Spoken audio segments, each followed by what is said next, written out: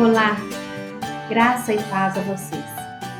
Estamos desenvolvendo a série O Fruto do Espírito e hoje consideraremos o tema da mansidão. A existência humana pede alívios para sua caminhada. Ela busca por sentido e pode até não saber, mas sua procura é por comunhão com o Criador. Nas cartas que Paulo escreve, uma ele dirige aos Gálatas. Ali teremos uma importante referência à liberdade. Veremos que ela só é plenamente possível através do Espírito Santo agindo em nós.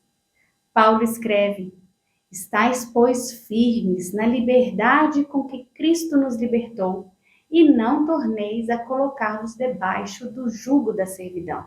Em Gálatas 5:1.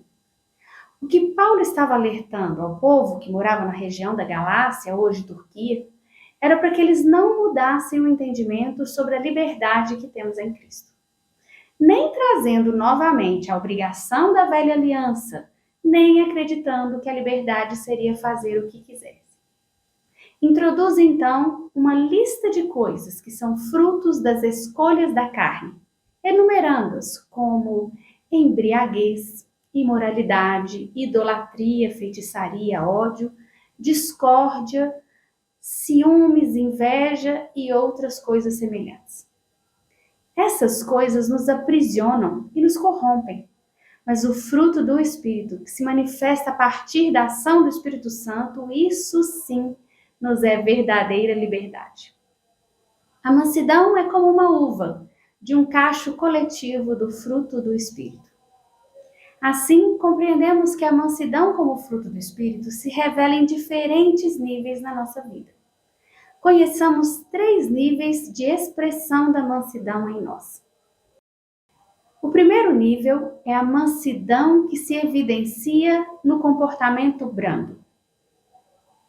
Para começar, é importante reconhecer que possuímos uma estrutura de personalidade, formada por características biológicas, genéticas, como o temperamento, e que se modela por características da cultura, daquilo que podemos aprender, que é o caráter.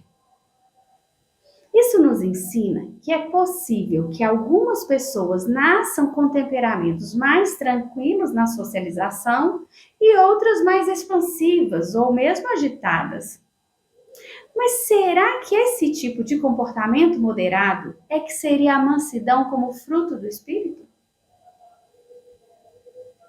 Como primeiro ponto, uma graça comum que está disponível a todos, temos condição de aprender a controlar nossos impulsos, desenvolvermos habilidades sociais, como regras de respeito, cordialidade e gentileza.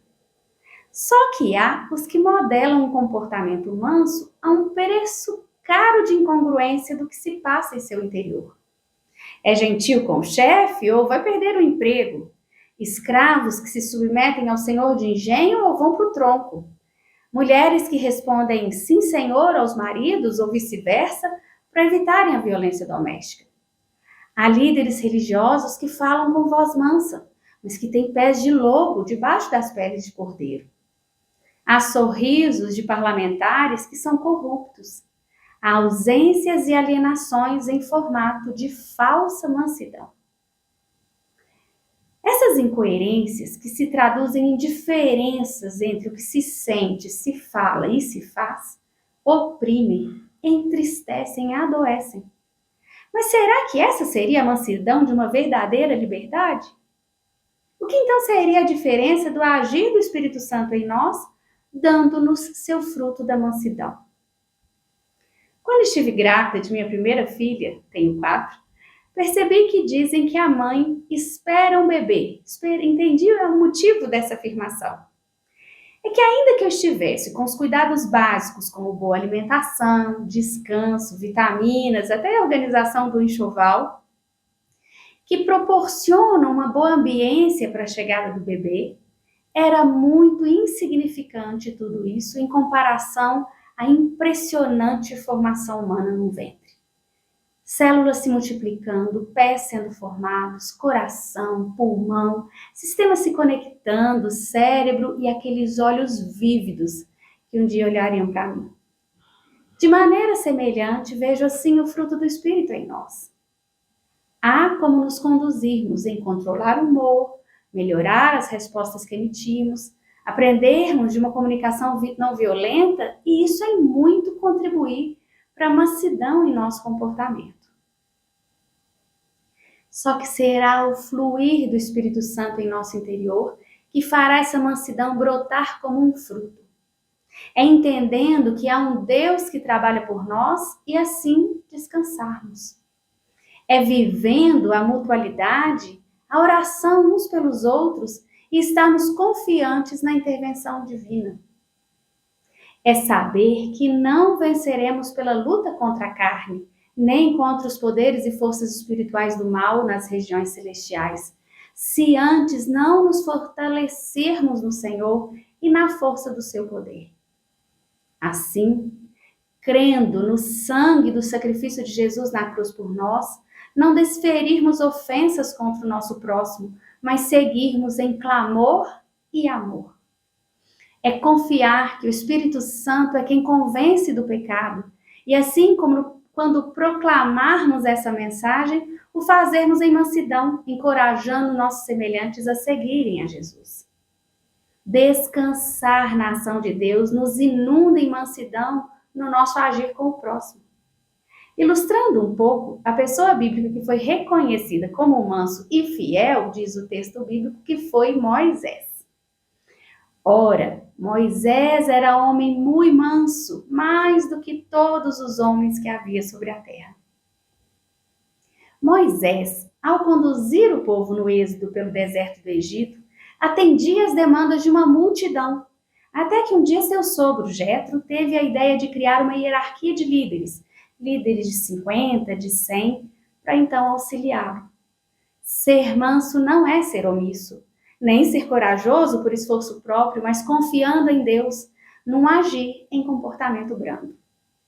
Que a mansidão possa se manifestar na forma de nos expressarmos, como diz o provérbio do rei Salomão. A resposta branda desvia o furor, mas a palavra dura suscita a ira. Que busquemos o Espírito Santo, para dele fluir em nós essa transformação em nosso comportamento. O segundo nível é a mansidão no agir a favor do próximo. Paulo declara: porque vós, irmãos, fostes chamados à liberdade. Não useis então da liberdade para dar ocasião à carne, mas servi-vos uns aos outros pelo amor. Está em Gálatas 5:13. A mansidão está ainda na lista da felicidade proferida no Sermão do Monte por Jesus. Bem-aventurados os mansos, porque eles herdarão a terra. Mateus 5, verso 5. Veremos que os mansos também conseguem algo super relevante. Reduzem a importância de seus interesses egoístas para agirem de maneira empática e altruísta em favor do seu próximo, do seu semelhante. Isso é o servir uns aos outros pelo amor. E assim, caminham sobre a terra, de vitória em vitória, sendo discípulos do Senhor guiados pelo Espírito Santo. Paulo afirma: amados, nunca procurem vingar-se, mas deixem com Deus a ira. Minha é a vingança, eu retribuirei, diz o Senhor. É um trecho de Romanos 12, verso 19. O terceiro nível é a mansidão em fazer a vontade de Deus. Nosso exemplo perfeito é o próprio Jesus. Ele mesmo afirmou que era manso. Vejam só. Tomem sobre vocês o meu jugo e aprendam de mim, pois sou manso e humilde de coração, e vocês encontrarão descanso para as suas almas. Mateus 11, 29. Em seu falar estava a mansidão. Seus ensinos eram: amem os seus inimigos e orem por aqueles que os perseguem. Em seu agir estava a mansidão, que se verifica na história daquela mulher acusada de adultério pelos fariseus e ameaçada de apedrejamento, mas acolhida, protegida, perdoada e reorientada por Jesus. No fazer a vontade de Deus estava a mansidão. Disse Jesus: a minha comida é fazer a vontade daquele que me enviou e concluir a sua obra. O trecho está em João 4:34. A boa notícia é que o manso Jesus cuida de nós, como o pastor cuida das ovelhas. Ele é o bom pastor. O bom pastor dá a sua vida pelas ovelhas, e as ovelhas ouvem a sua voz e o seguem. Comecemos frutificando a mansidão, buscando a sua presença, nos abrindo ao trabalho que o Espírito Santo quer fazer em nós. Porque o que semeia na carne, da carne ceifará a corrupção, mas o que semeia no Espírito, do Espírito ceifará a vida eterna. Gálatas 6, verso 8. Mansidão no comportamento brando, mansidão no agir a favor do nosso próximo, mansidão em fazermos a vontade de Deus. Que haja dessa frutificação do Espírito Santo em nossas vidas. Amém.